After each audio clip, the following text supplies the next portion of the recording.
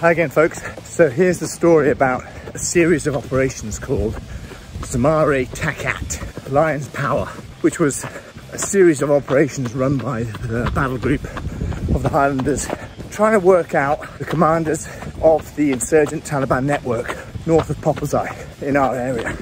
And the Recce platoon and A company were closely involved in this. But the Takat series was real focused, find, fix and strike, a series of operations in which the Recce platoon were predominantly used as bait to spike a reaction to strike the enemy. Spike to strike, it was called. The soldiers called it bait.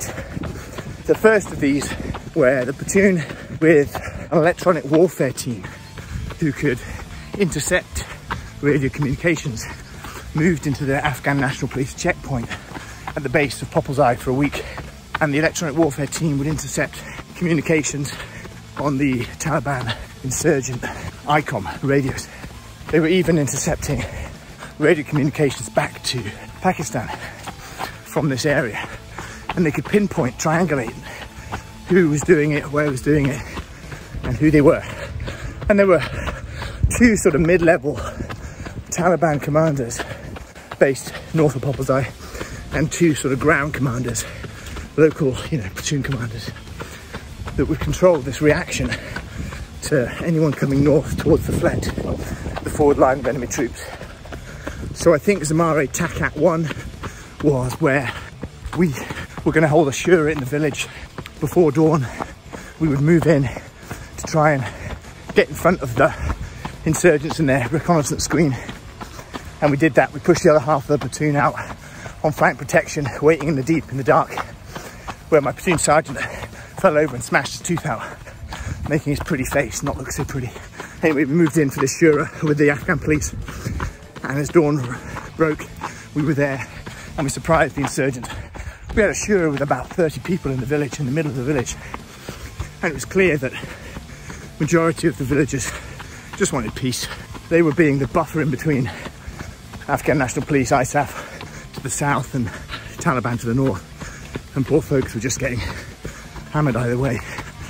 And so what they really wanted was an Afghan National Police checkpoint to the north of the village to protect them. Now, we were doing these operations in September, early October, and we would soon be handing over to the next battle group.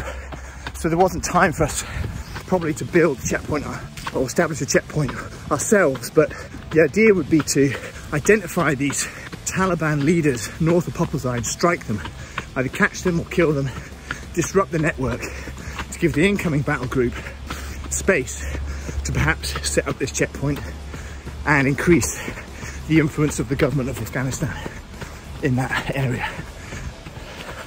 The shura was a good success in terms of getting in there without a fight, getting information. The electronic warfare team picked up loads of hits, including these four sort of commanders that were there. So that was the first one. The second and third spike to strikes of this Zamare Takat series were where we would advance as bait to spike a reaction. And in support, we would have drones, helicopters, and balloons with cameras looking beyond us to see if they could identify the insurgents with the walkie-talkies. That's a water bottle, not, by the way, not walkie-talkie. So one of the next ones, the Recce platoon with snipers went forward and we spiked a reaction. Enemy came down from the north with machine guns, quite a few of them. Anyway, we reached a point where we're in a kind of Mexican standoff. We went still at a compound, spread out over an area facing north, protecting our flanks. And the enemy were just about to unleash on us. And the interception of their radio said, just wait till they come a bit further. And we were able to pick up, using our surveillance assets, the guys on the walkie-talkies. They were then tracked back to a number of compounds. And we then went back, after doing some other sneaky stuff, secret stuff, which I can't tell you about, even though, given what's happened in Afghan, feels like I should be able to tell you, but I'm not. Anyway, we came back, took this picture of the platoon.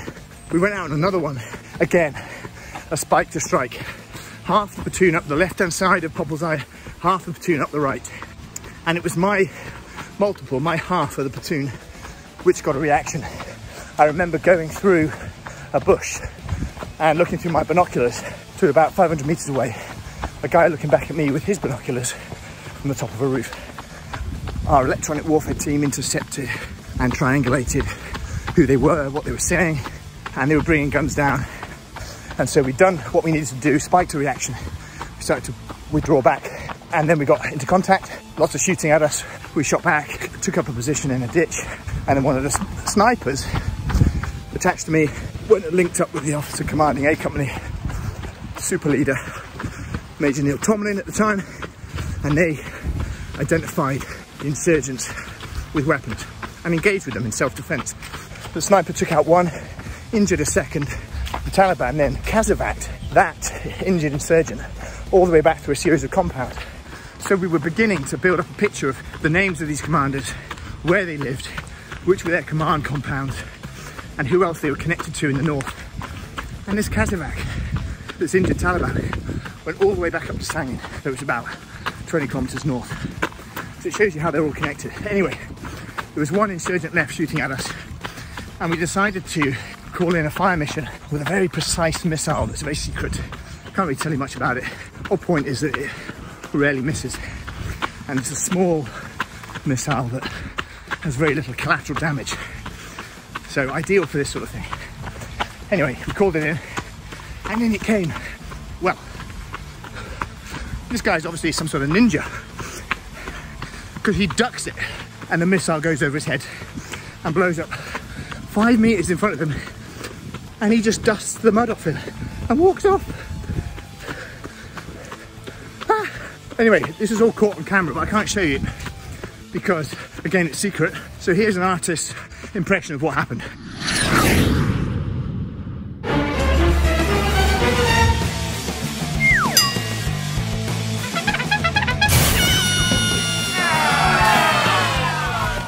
I hope you like that, very lifelike, as I'm sure you'll agree. Anyway, result of all these operations was that we pinned down the commanders, who they were, where we think they lived, where they might have been controlling everything from, and we teed up a Company Plus raid onto that compound. And we were going to partner with Afghan Special Forces, who were mentored by 22 SAS, Operation Takat 5, which I'll tell you about next time. Thanks, folks. Please share this, please like, please donate. Really appreciate it.